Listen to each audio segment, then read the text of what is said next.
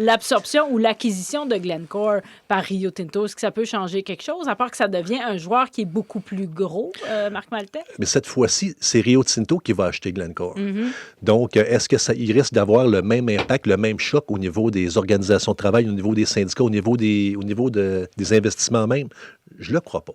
Je pense que c'est encore utile de demeurer à l'affût, de les regarder aller, mais est-ce que c'est le moment de s'inquiéter? Moi, je vous dirais que je prends cette nouvelle-là avec, sans dire distance, mais avec calme. OK. Ouais. Oui. Regardons-les comment ça va aller. D'abord, ce pas des entreprises dans des secteurs qui sont compétitifs. On n'a pas d'aluminerie Glencore au Québec. On n'est pas là. Donc, Vous n'avez pas peur de regretter vos paroles parce que vous avez dit ça une fois. J'aime puis... tellement me tromper.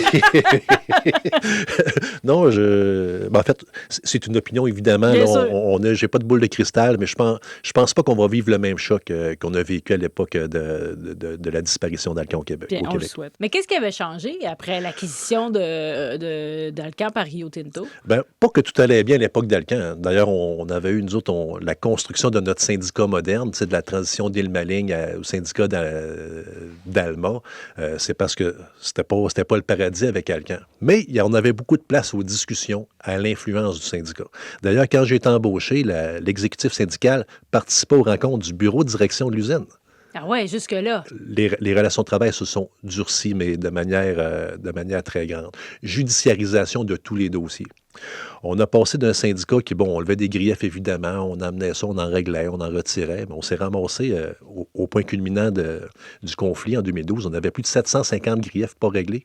Chacune des clauses de convention collective de travail, quand je parle de judiciarisation, c'est que Rio Tinto avait embarqué une firme d'avocats.